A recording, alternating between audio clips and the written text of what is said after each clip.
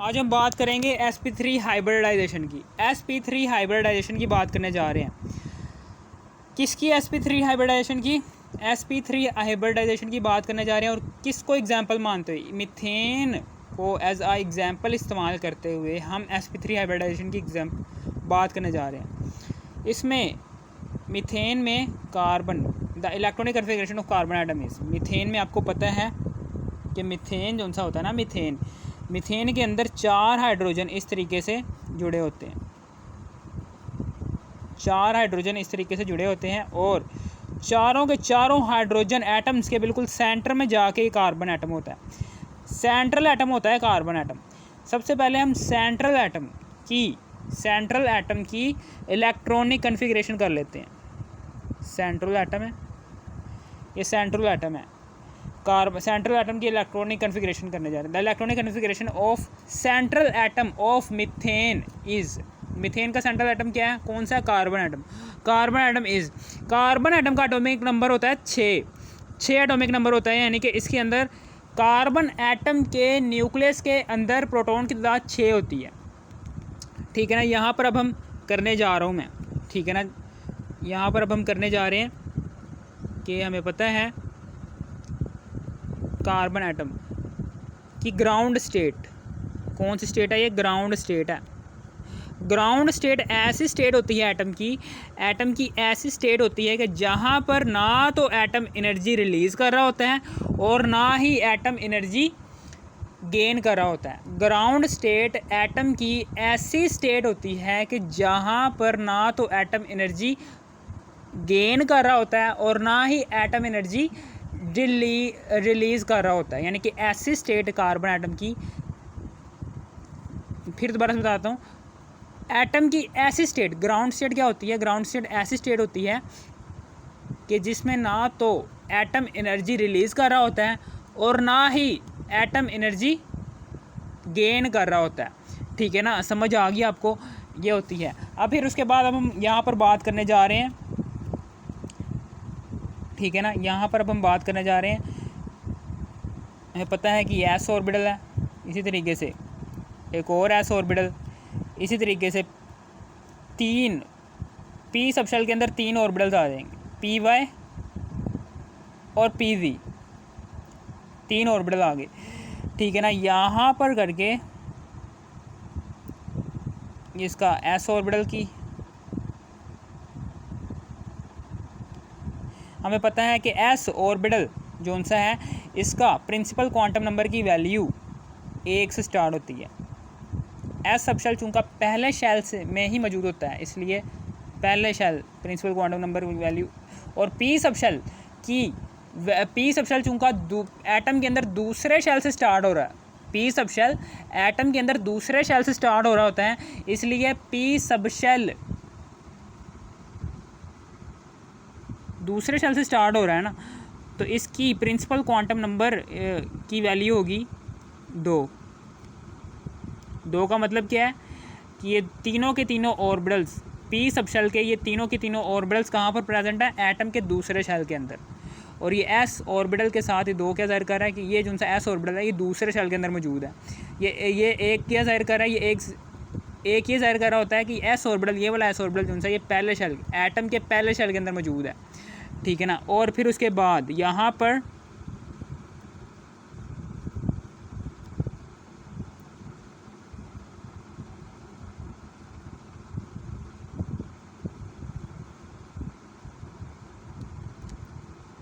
ये है और यहाँ पर ये है। ठीक है ना, हमें पता है कि यहाँ पर ये 2 इधर आ गए इलेक्ट्रॉन, 2 ही इधर आ गए इलेक्ट्रॉन, 2 इधर आ गए इलेक्ट्रॉन, 2 इधर आ गए इलेक्ट्रॉन। ठीक है ना, समझ आ गई।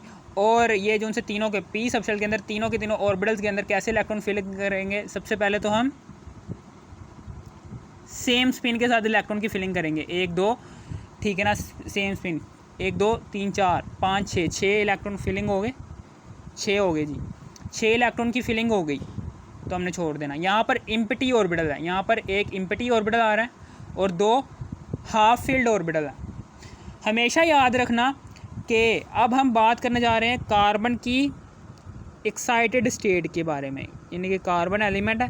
इस कार्बन एलिमेंट की एक्साइटेड स्टेट के बारे में बात करने जा रहे हैं। ये कौन सी स्टेट है? Excited state. ये कौन सी स्टेट है? एक्साइटेड स्टेट है। ये इस स्टेट के अंदर ये एक्साइटेड स्टेट है। ये कौन सी स्टेट है? ये कार्बन एटम की एक्साइटेड स्टेट है। इस स्टेट के अंदर जैसे ही हम कार्बन एटम को थोड़ी सी एनर्जी देते हैं, यानी कि इस स्टेट के अंदर हम क्या करते हैं, हम कार्बन एटम की एक्साइटेड स्टेट, ये एक्साइटेड स्टेट तभी आपके पास आएगी कि जब ग्राउंड स्टेट में एक एम्प्टी ऑर्बिटल आ रहा हो। ठीक है ना? जब एक एलिमेंट की ग्राउंड स्टेट के अंदर जब आप इलेक्ट्रॉनिक कन्फिग्रेशन करें ना, ठीक है ना, उस दौरान उसके अंदर एक एम्प्टी ऑर्बिटल ज़ाहिर हो रहा हो ना, तो उस एम्प्टी ऑर्बिटल की वजह से वो एलिमेंट एक्साइटेड स्टेट शो करेगा। अदरवाइज़ अगर एक ऐसा एलिमेंट है, फॉर एग्जांपल एक ऐसा एलिमेंट है कि जिसकी ग्राउंड स्टेट में आपने इलेक्ट्रॉनिक कन्फिग्रेशन की है, लेकिन उस इलेक्ट्रॉनिक कन्फिग्रेशन में एम्प्टी ऑर्बिटल नहीं आ रहा, तो उस एलिमेंट की एक्साइटेड स्टेट भी शो नहीं होगी। ठीक है ना? एक्साइटेड स्टेट तभी शो होगी जब इलेक्ट्रॉनिक कन्फिग्रेशन के अंदर एम्प्टी ऑर्बिटल शो हो रहा हो। ठीक है ना? अब हम इस कार्बन एलिमेंट को थोड़ी सी एनर्जी देंगे तो क्या होगा?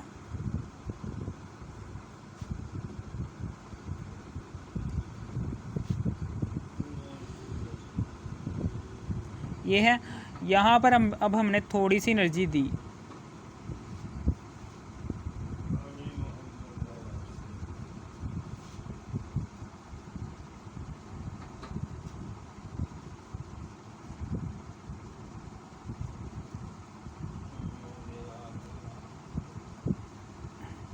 यहाँ पर जैसे ही हम थोड़ी सी एनर्जी देंगे ना, जैसे ही हम इस ऑर्बिटल को थोड़ी सी एनर्जी देंगे, जैसे ही हम ग्राउंड स्टेट में थोड़ी सी एनर्जी देंगे, जैसे ही हम ग्राउंड स्टेट में मौजूद जो सा ये कार्बन एलिमेंट है, इसको एनर्जी प्रोवाइड करेंगे, इसको गर्म करेंगे, इसको हीट करेंगे, तो क्या होगा? इसका एक इलेक्ट्रॉन यहाँ से निकलेगा,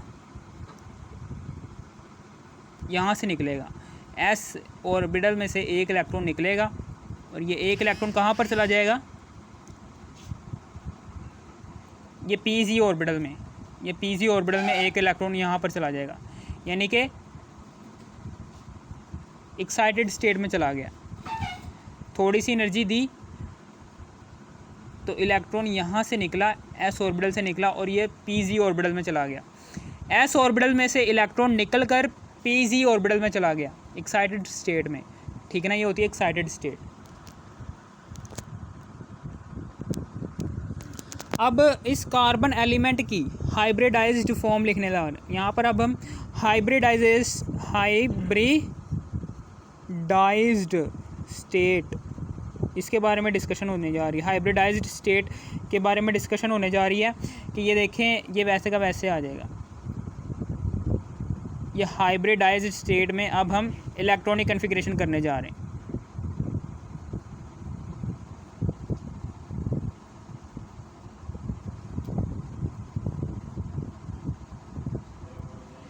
एक्साइटेड स्टेट में चला गया। एक्साइटेड स्टेट में जाने के बाद जैसे ही कार्बन एलिमेंट एक्साइटेड स्टेट में चला जाएगा तो एस ऑर्बिटल में से एक इलेक्ट्रॉन निकलेगा, तो ये एम्प्टी ऑर्बिटल में चला जाएगा। जैसे ही एम्प्टी ऑर्बिटल में चला जाएगा तो वो एम्प्टी ऑर्बिटल में तब्दील हो जाएगा किसमें? हाफ फिल्ड ऑर्बिटल में, या फिर पार्शली फिल्ड ऑर्बिटल कह लो।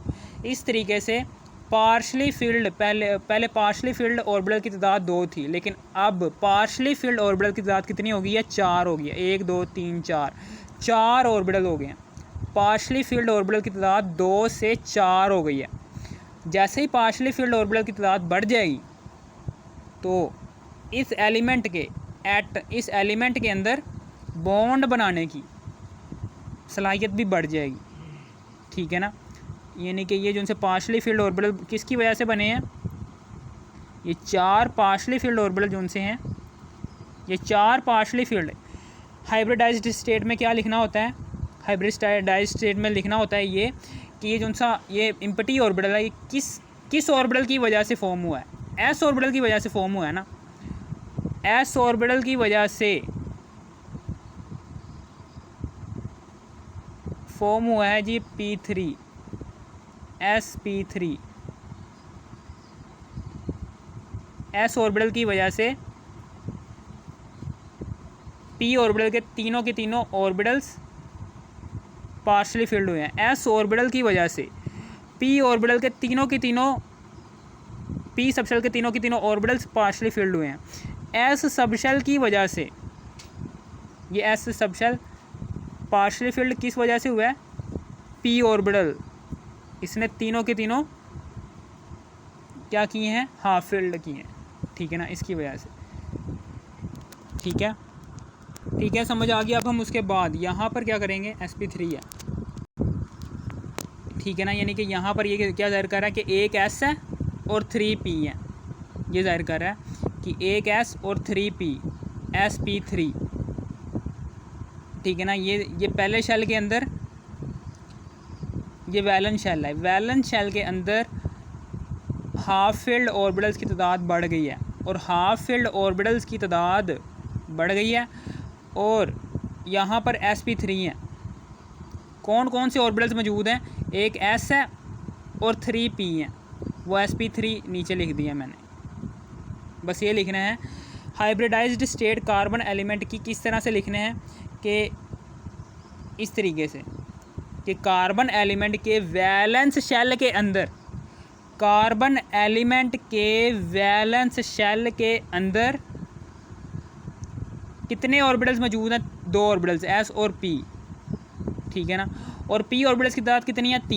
3 है, तो 3 भी लिख दिया। इस तरीके से sp3 sp3 sp3 sp3 हर एक हाफ फील्ड ऑर्बिटल के साथ sp3 sp3 sp3 sp3 आ जाएगा, जो कि ये वैलेंस शेल है। ये सारा क्या है? ये वैलेंस शेल है। हमेशा याद रखना कि वैलेंस शेल है और इनर शेल है। वैलेंस शेल में मौजूद हाफ फील्ड ऑर्बिटल ही बॉन्ड पेयर बनाएंगे, ठीक है ना, इसको भूल जाओ। अब यही सारी की सारी कहानी मैंने नीचे लिखनी है कि 1s and 3p atomic orbitals are combine 1s और 3p आपस में मिलते हैं तो क्या बनते हैं? Are combine and form 4 sp3 orbitals. 4 sp3 orbitals बन जाते हैं, 1 2 3 4 sp3 ऑर्बिटल्स बन जाते हैं। All the 4 orbitals arrange themselves, ये सारे के सारे ऑर्बिटल्स हैं, 4 जो उनसे ऑर्बिटल्स हैं इस तरीके से। ये देखें, ये कार्बन है, ये कार्बन एलिमेंट है। ये कौन सा एलिमेंट है? Carbon element. ये कार्बन एलिमेंट है, ये कार्बन एलिमेंट का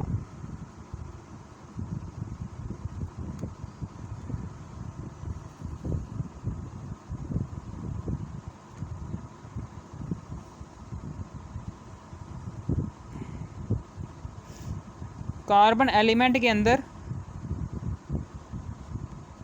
इस तरीके से फॉर्म हो रहे हैं बॉन्ड। ये क्या है? ये एक हाफ फील्ड है, ये दूसरा हाफ फील्ड ऑर्बिटल है, ये तीसरा हाफ फील्ड ऑर्बिटल है, ये चौथा हाफ फील्ड ऑर्बिटल है, ठीक है ना, चौथा हाफ फील्ड ऑर्बिटल है। 4 हाफ फील्ड ऑर्बिटल है। और फिर उसके बाद बाहर से जो सा s ऑर्बिटल आता है, ज़ाहिर सी बात है कि हाइड्रोजन एटम है ना, हम मीथेन की बात कर रहे हैं ना, किसकी बात कर रहे हैं? मीथेन की, CH4 की। तो 4 हाइड्रोजन एटम आएंगे। तो हाइड्रोजन एटम की जब आप इलेक्ट्रॉनिक कन्फिग्रेशन करते हो तो इसकी इलेक्ट्रॉनिक कन्फिग्रेशन क्या आती है कि एक s होता है, पहले ही शेल के अंदर एक s ऑर्बिटल मौजूद होता है कि जिसके अंदर एक ही इलेक्ट्रॉन मौजूद होता है, ठीक है ना। और s ऑर्बिटल की शेप होती है इस तरीके से, ठीक है ना, यानी कि यहाँ पर आकर s ऑर्बिटल मिल जाएगा, ठीक है ना। ये क्या है? ये sp3, इस तरीके से sp3 बन जाएगा। ये sp3 है, ये भी sp3 है, ये भी sp3 है, ठीक है ना। अब यहाँ पर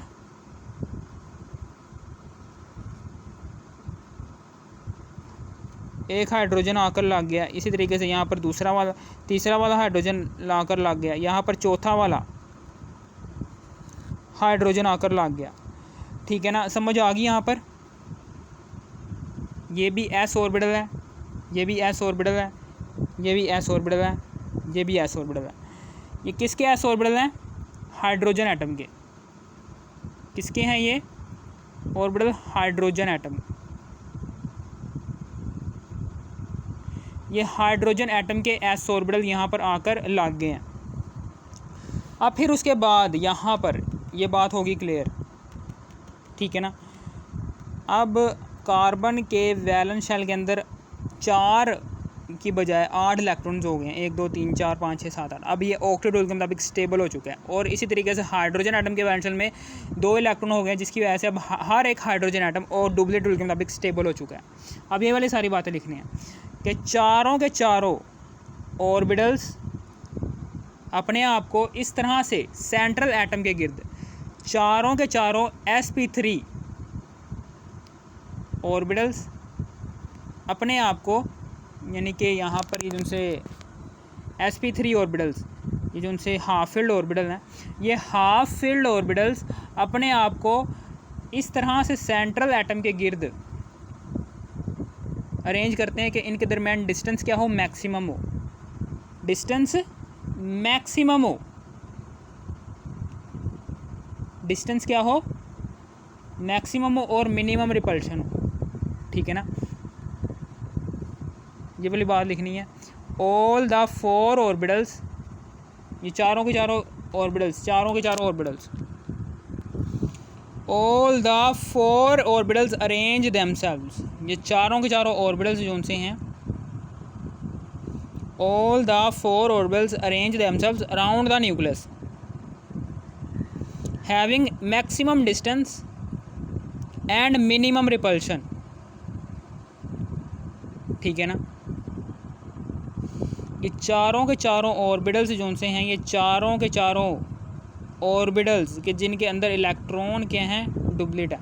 ये चारों के चारों ऑर्बिटल्स अपने आप को सेंट्रल एटम के गिर्द इस तरह से अरेंज करें कि इनके दरमियान डिस्टेंस क्या हो? मैक्सिमम हो और मिनिमम रिपल्शन हो। There are 4 partially filled orbital overlap with 4 hydrogen atom. फिर उसके बाद जैसे ही इनकी अरेंजमेंट हो जाए, इनके, मेरे कहने का मतलब क्या है कि ये सेंट्रल एटम है, इस सेंट्रल एटम के गिर्द चारों के चारों पार्शली फिल्ड ऑर्बिटल अपने आप को इस तरह से अरेंज करें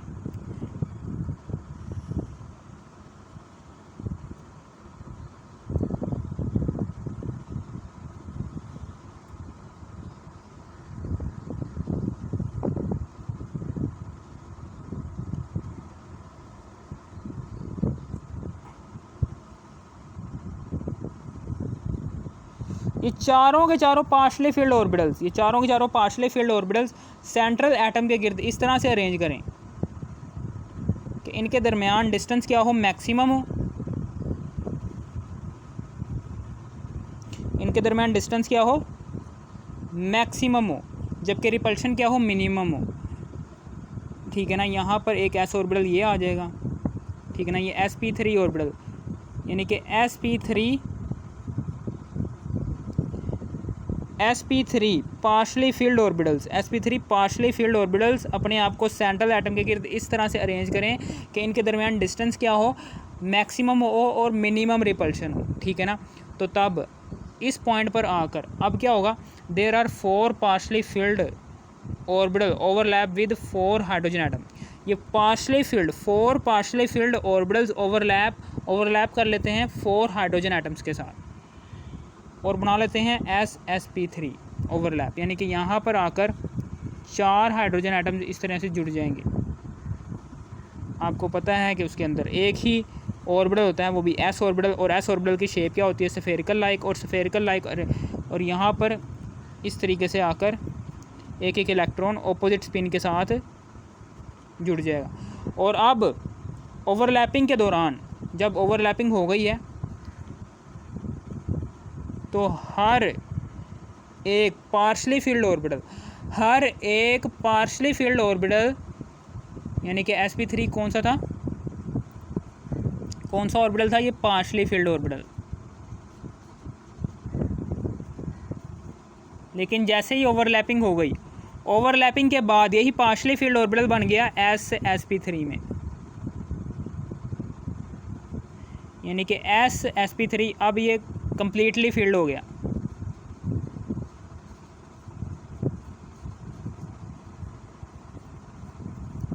ठीक है ना, sp3 ओवरलैपिंग हो गई, s ऑर्बिटल sp3 ऑर्बिटल, यानी कि s ऑर्बिटल भी पार्शली फील्ड था, sp3 ऑर्बिटल भी पार्शली फील्ड था। ये दोनों आपस में मिले, जब आपस में मिलने के बाद ओवरलैपिंग हुई, ओवरलैपिंग के बाद कंप्लीटली फील्ड ऑर्बिटल बन गया। ये कंप्लीटली फील्ड ऑर्बिटल बन गया। इसकी ज्योमेट्री क्या होगी? इसकी ज्योमेट्री टेट्राहीड्रल होगी। इसकी ज्योमेट्री क्या होगी? टेट्राहीड्रल। इसकी ज्योमेट्री क्या है? टेट्राहीड्रल। यानी कि आप क्या करेंगे, अब उसके बाद यहाँ पर ये कार्बन है, ये कार्बन एलिमेंट है, इसके साथ 4 हाइड्रोजन आकर जुड़े हैं। एक ये हाइड्रोजन जुड़ गया है, एक यहाँ पर हाइड्रोजन जुड़ गया है, एक यहाँ पर हाइड्रोजन जुड़ गया है, और एक इधर ऐसे करके हाइड्रोजन। ये हमेशा याद रखना, ये टेढ़ा बनाना है, इसको सीधा नहीं बनाना, इसको टेढ़ा बनाना। या तो इस तरफ टेढ़ा बना दो या फिर इस तरफ टेढ़ा बना दो। ठीक है ना। अब फिर उसके बाद यहाँ पर जो सा बॉन्ड एंगल है, बॉन्ड एंगल कितना बन रहा है? 109.5 डिग्री ये बॉन्ड एंगल बन रहा है। ठीक है ना। CH4 बॉन्ड एंगल कितना बन रहा है? 109.5 डिग्री। ज्योमेट्री क्या है इसकी? टेट्राहीड्रल है। ज्योमेट्री क्या है इसकी? टेट्राहीड्रल ज्योमेट्री है CH4 की। अगर आप, ठीक है ना, टेट्राहीड्रल ज्योमेट्री आ गई। ये टेट्राहीड्रल ज्योमेट्री है, ये टेट्राहीड्रल ज्योमेट्री। ठीक है ना। इसमें जो सा बॉन्ड एंगल आएगा ना वो 109.5, हर एक बॉन्ड एंगल यही आएगा 109.5 डिग्री, 109.5 डिग्री इधर भी, 109.5 डिग्री इधर भी। हर एक बॉन्ड एंगल 109.5 डिग्री ही आएगा, सेम ही आएगा। हर एक बॉन्ड एंगल सेम ही आएगा। ठीक है ना, समझ आ गई। ज्योमेट्री क्या होगी? sp3 हाइब्रिडाइजेशन की ज्योमेट्री होती है टेट्राहीड्रल, और इसका बॉन्ड एंगल होता है 109.5। ठीक है ना, समझ आ गई। और ये भी, ये ओवरलैपिंग के बाद जब p orbital sp3 orbital s orbital से मिल जाता है, यानी कि कार्बन एटम का sp3 half filled orbital, hydrogen atom का s ऑर्बिटल जो कि हाफ फील्ड है, ये दोनों आपस में ओवरलैप करते हैं। ओवरलैप करने के बाद जो उनसे न्यू ऑर्बिटल बनता है ना, वो न्यू ऑर्बिटल बनता है s। पहले sp3 था ना खाली, लेकिन इसके साथ s ऑर्बिटल आ गया तो sp3 हो गया। अब यहाँ पर अब हम क्या लिखेंगे? इन चारों ऑर्बिटल की जगह, इन चारों ऑर्बिटल की जगह हम यही लिखेंगे। ये क्या है? sp3। कौन कौन से ऑर्बिटल्स की ओवरलैपिंग हुई है? s ऑर्बिटल की और sp3 ऑर्बिटल की। कौन कौन से ऑर्बिटल की ओवरलैपिंग हुई है? sp3 ऑर्बिटल की। कौन कौन से ऑर्बिटल की ओवरलैपिंग हुई है? sp3 ऑर्बिटल की। ठीक है ना, समझ आ गई आपको? यानी कि ये s, जब आप इसको लिखोगे ना, जब इसकी हाइब्रिडाइज स्टेट लिखोगे हाइड्रोजन एटम की, ये हाइड्रोजन एटम है, इसकी हाइब्रिडाइज्ड स्टेट लिखने वाला हूँ। हाइब्रिडाइज्ड स्टेट वो कैसे आएगी? सिर्फ एक ऐसे लिख दो। ठीक है ना, एक ऐसे लिख दो इस तरीके से। अगर आपको इस वीडियो की ज़रा सी भी, थोड़ी सी भी समझ आ गई हो, इस वीडियो को कर दो लाइक और सब्सक्राइब और शेयर भी कर देना। Thanks for watching me.